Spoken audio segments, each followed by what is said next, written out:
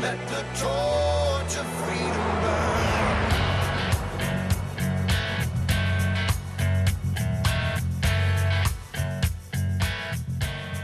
Welcome to the intersection of faith and the culture. It's WallBuilders Live. We are talking about the hot topics of the day from a biblical, historical, and constitutional perspective.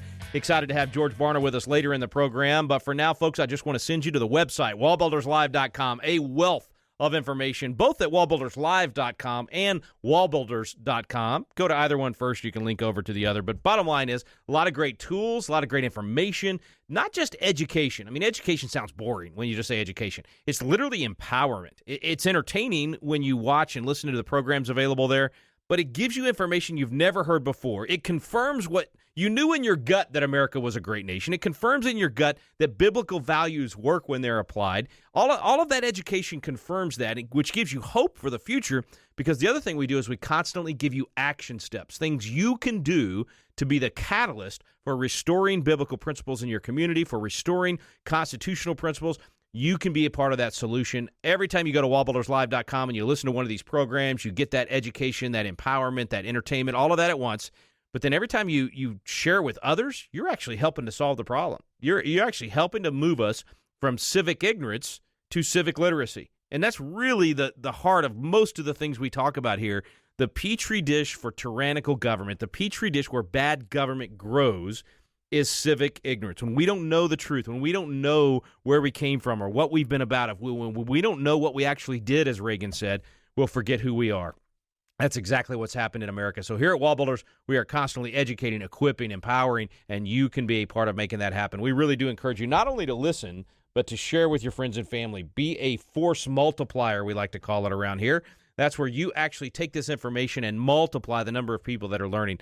So we challenge you to do that today. By the way, my name is Rick Green. I'm a former Texas legislator and America's Constitution coach, and I have the privilege of working alongside Tim Barton and David Barton. Tim Barton is a national speaker and pastor. He's president of WallBuilders. He's a fantastic speaker. You need to get him into your group. Go to wallbuilders.com, have him come speak at your church or at some organization that in your community that can host an amazing event that will, again, empower, equip, educate. It'll get people fired up to get involved and make a difference. David Barton's also with us. He's America's premier historian and our founder at WallBuilders. This guy's read more of the Founding Fathers than anybody alive today.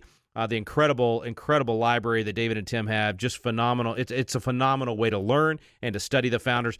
So we're just glad to bring that truth to you today on WallBuilders Live. All right, David and Tim, we've got George Barna back with us later in the program. They're continually doing research on a daily basis and discovering some pretty, well, in some ways, some downers, man. I mean, I'm shocked at how many people are embracing Marxist ideology. We'll be talking to George about that. But I guess first question for you guys, help me stay up, right? Stay positive and realize no matter when we see data like that, the solutions haven't changed. God's principles continue to work. We just have to apply them, right? There's no doubt. And this is also something, too, guys, reflective of the fact that there's a reason that homeschooling is improving and growing right now. That there's a reason that parents are getting involved at school boards right now. It's because we are seeing the inner workings, like the belly of the beast, when parents are seeing what is being taught to kids on so many levels.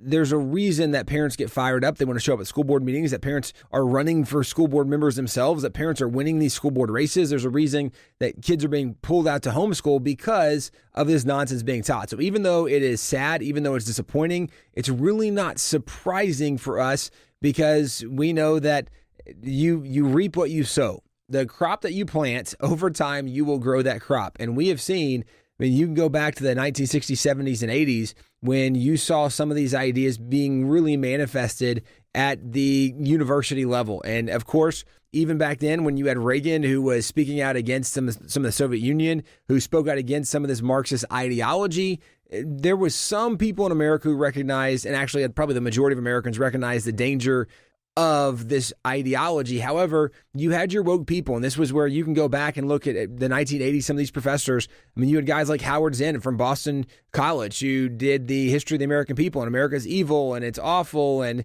well, if America's evil and awful, what nations are you going to point to as the good nations? And this gave room for some people to come in and argue in favor of some of these other socialist, communist, or Marxist nations. So it's not surprising seeing the fact that we have this ideology being embraced by many young people in America or by many Americans in general. It is a reflection of the cultural battle we're in. But the good news is that's one of the many reasons that parents are getting involved, because they're beginning to see the nonsense being taught to their kids.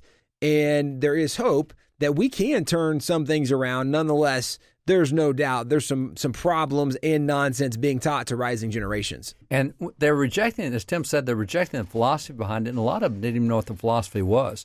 I mean, it turns out there are titles and names for some of these philosophies that have been out there for a while, and people have kind of inherently rejected those titles. They just didn't know what they really represented. And so one of the interesting things that Barna does is he'll take words that people respond to. I know we talked before on the program of how that George Barna, and looking nationally, said that 42% of Americans said they supported socialism. So Barna started polling those 42% that said they supported socialism and asked some questions like, do you support greater government ownership of private property, which is socialism? Do you support greater government regulation of private business, which is socialism? And at the end, only 2% actually supported what socialism was. They didn't know that it was all those things, and he didn't use the term socialism. He just described it to them and found that they really didn't like it. They thought they liked the term, but they didn't like what it was. And this is one of the things we see today. It's so common to throw out terms and think they know what they mean. And sometimes people throw out terms and they have a tone with it. And so they're rejected. I know for us at WallBuilders, and particularly for me in particular, I mean, so many articles have been written about the fact that I'm a Reconstructionist. And so I will get asked by pastors at places, hey, I saw that are you really Reconstruct? And I'll ask them, do you know what a Reconstructionist is? And they go, no, not really. But I see that they accuse you that, well, you don't even know what it is. And you're asking me if this is a bad deal, that I am one. And so there's so many things like that. And by the way, even the people who make the accusations don't even know what it is. It's a theological term that deals with eschatology. And those guys aren't even religious enough to know what part of the book has eschatology or what eschatology is.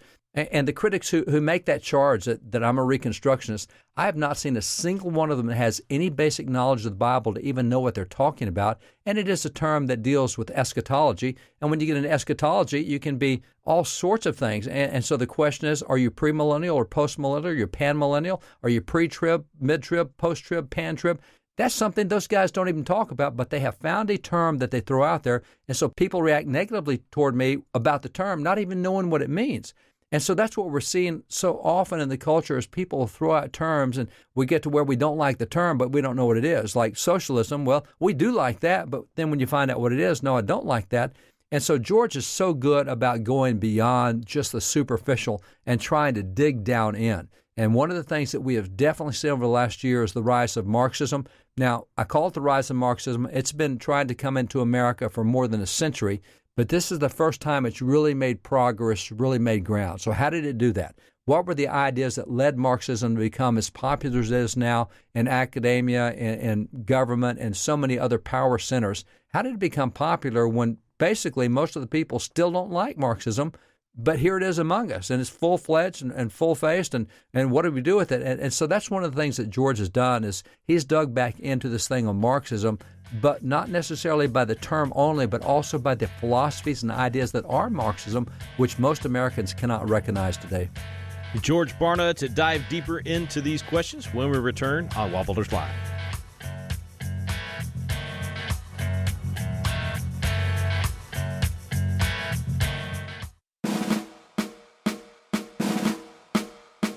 This is Tim Barton from WallBuilders with another moment from American history.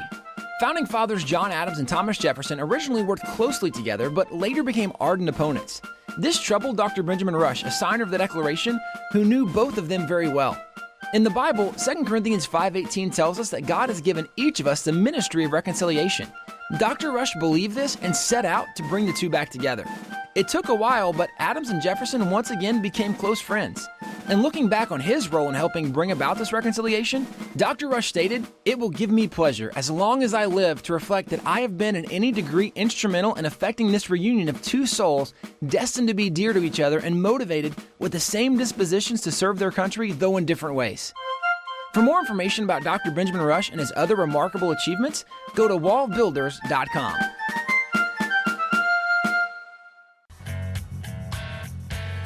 Welcome back to WallBuilders Live. Thanks for staying with us today. Always good to have George Barna with us. George, thanks for some time today. Good to be with you, Rick.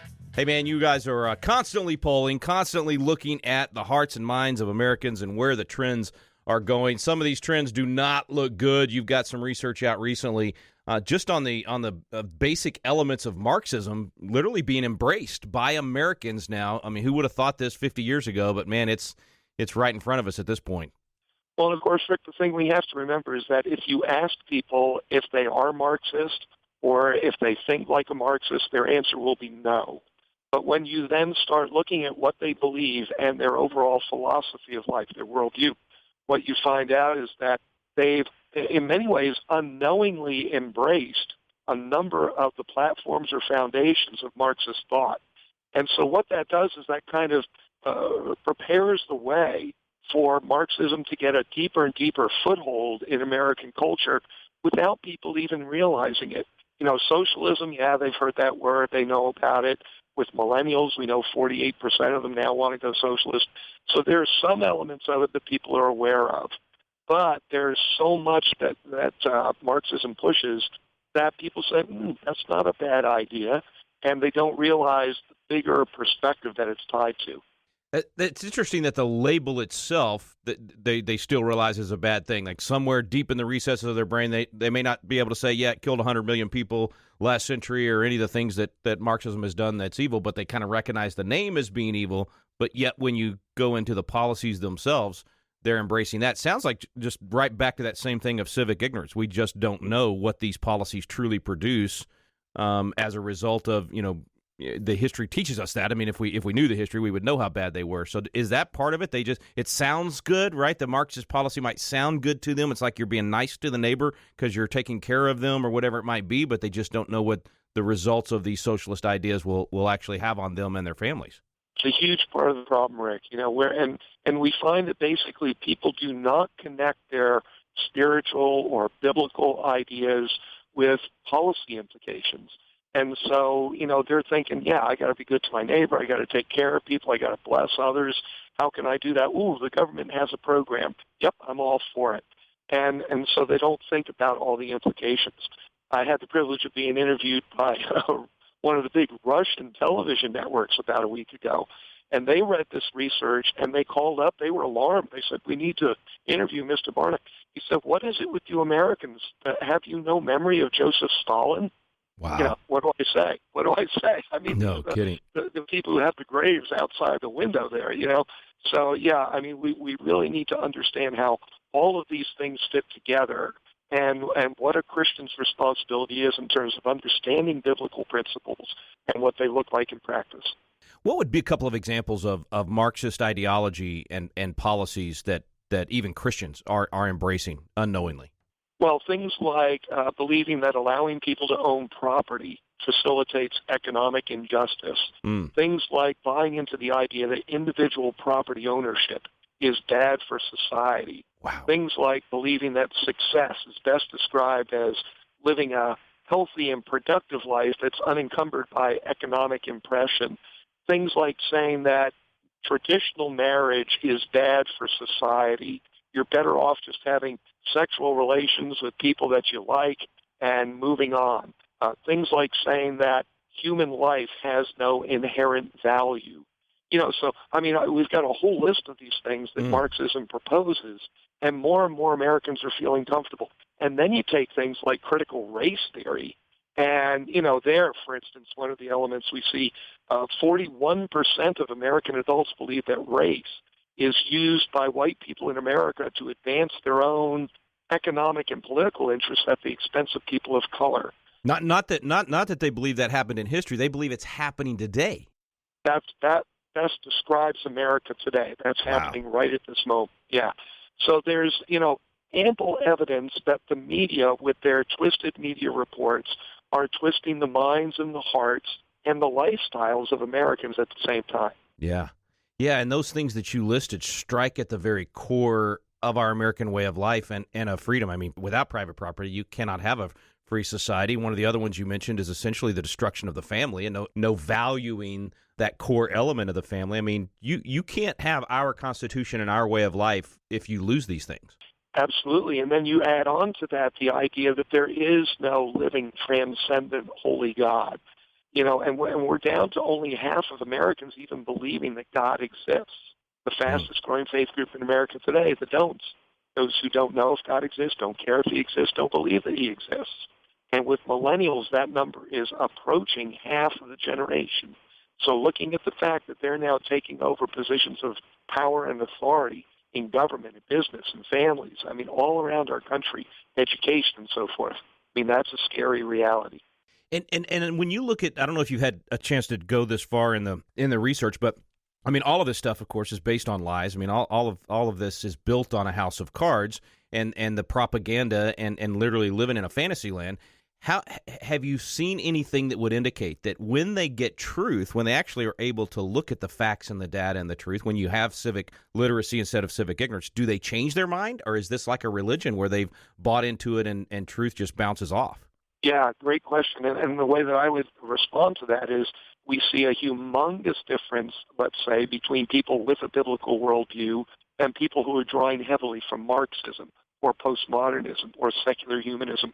Take any of the alternative worldviews, compare it to people who have a biblical worldview, and the magnitude of difference is unlike almost anything else that I see in the research that we do.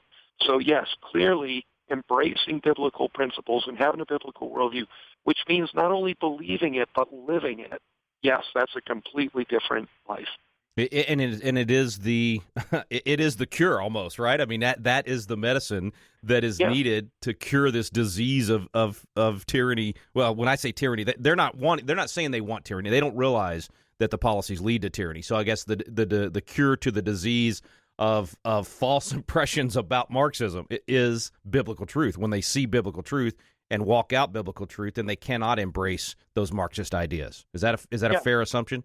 Absolutely so. It's not that people are saying we want a Marxist revolution. What they're saying is we want to be happy. We want to be comfortable. We want to be taken care of.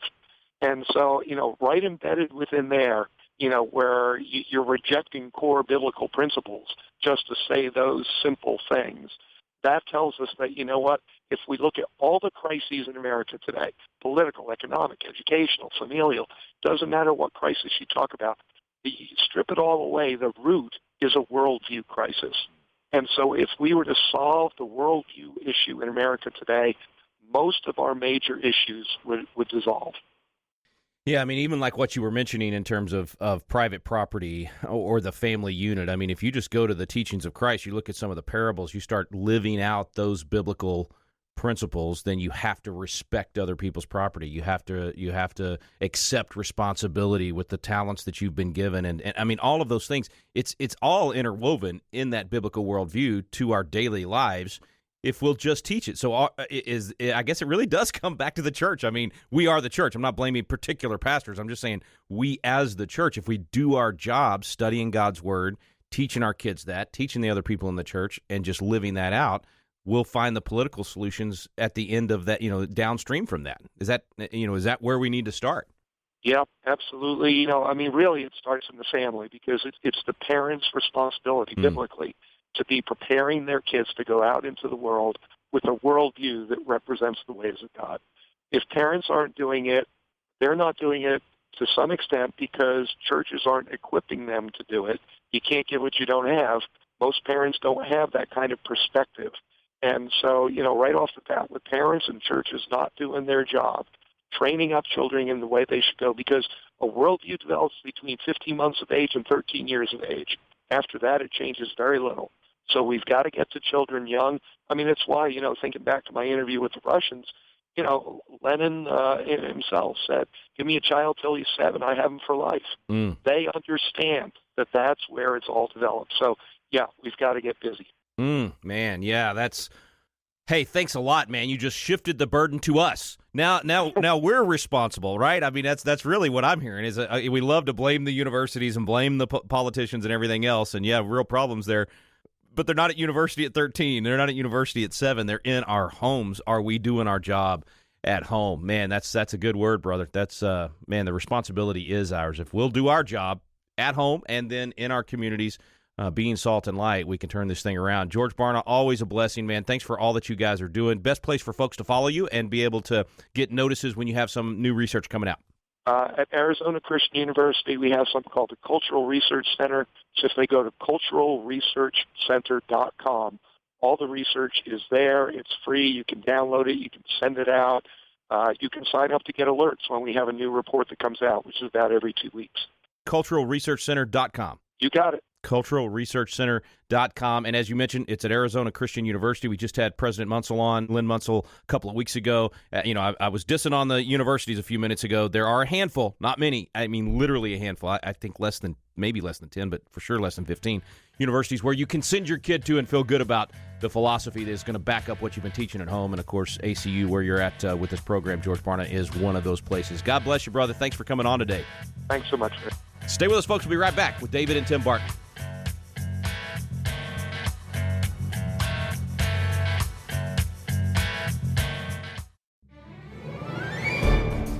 Hi, this is David Barton. I want to let you know about a brand new book we have out called This Precarious Moment: 6 Urgent Steps That Will Save You, Your Family, and Our Country. Jim Garlow and I have co-authored this book, and we take 6 issues that are hot in the culture right now, issues that we're dealing with, issues such as immigration and race relations and our relationship with Israel and the rising generation millennials and the absence of the church and the culture wars and where American heritage is, our godly heritage. We look at all 6 of those issues right now that are under attack, and we give you both biblical and historical perspective on those issues that provide solutions on what each of us can do right now to make a difference. These are all problems that are solvable if we'll get involved. So you can grab the book, This Precarious Moment, and find out what you can do to make a difference. This Precarious Moment is available at WallBuilders.com.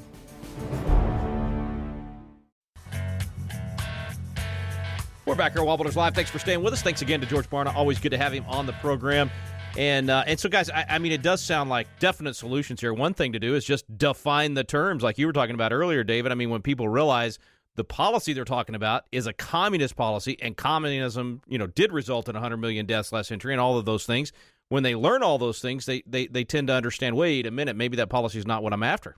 And I think, too, Rick, you're saying help people learn the truth and define the terms. I think one of the things that is a good way to help define the terms, one of the strategies we've talked about many times in this program is asking questions. Just like where George Barna would ask somebody about socialism. Well, do you support the government controlling private property or controlling private businesses? Well, no, I don't think the government should control all those things. At least that's the way they used to answer that question. Some people might not answer that very well anymore. With it being said, if we looked at some of these ideas of Marxism, and you could ask some pretty basic questions like, do you think the government should be able to come in and imprison people they don't like or execute people they disagree with? Well, if you are logical and say, no, that's a terrible thing, oh, well, that's actually one of the powers under a Marxist government. You start asking some basic questions about Marxism. And as George pointed out, some people, there are basic tenets of Marxism that they think maybe are acceptable, that individuals owning property, maybe that's bad for equity and it's bad for justice, or that human life has no value, there is no God. There are some things that people do identify with that are basic tenets, basic values of Marxism. And yet, Rick, as you identified in the interview, there still are some big picture things that most people, somewhere innate inside them, they go, Marxism really isn't good, though. There's something they know is bad about it. And I think we have to ask questions to help connect the dots for them of the dangers and the evil, really, of Marxism. We're in a culture right now that seems to be pushing for vaccinations. And we've seen this particularly from the Biden administration, others pushing for vaccinations, and schools are jumping on board, and schools are now pushing for elementary kids to be vaccinated. And, okay, if you think vaccinations is a solution, here's a great vaccination you should be pushing for. The only effective vaccination against Marxism or socialism or anything else is a biblical worldview. And if you want to get rid of this out of the culture, you need to get vaccinated with the knowledge of the Bible and biblical teachings, because that's what keeps the disease of Marxism and all of its tentacles and socialism and all of its tentacles from coming in and taking over your life and your thinking and your country. And so that's the way to get rid of this. And I thought that was a great question you asked George at the end is, how do you stop this? What has been effective that he's seen in stopping this? And the answer is a knowledge of the Bible. So we have seen a knowledge of the Bible declining in recent years. People have to get serious about going back to it, not as a religious book. And I think people are tired of church and religion. They need to go back to the Bible, not as a churchy kind of a book, but as a book that is a guidebook written by the creator of the universe to tell you how all these things work, whether it's economics or government or family or whatever. That's the greatest vaccination we can have against this bad stuff. And the reality is the societies that function the best are the societies who do the best job following basic biblical principles. If you don't believe there's a God, then the basic tenets of the Declaration, that there's a divine creator and he gave man rights and government's job is to protect those rights, everything America was built and founded on goes away. But also the basic idea is that we can function together in human society, that you should treat other people the way you want to be treated. You should love your neighbors yourself, that we shouldn't murder, we shouldn't steal, we shouldn't commit adultery. The basic biblical values that have allowed people to function and really thrive in society would all be removed under Marxism. And this is where you have someone controlling you externally because there is no belief in a God or the innate value of the individual life. And so therefore, if the government wants to come and kill you, if the government wants to come and imprison you, they are able to because your life isn't that valuable because there's not a God and you weren't made in his image, etc. That's the position they take.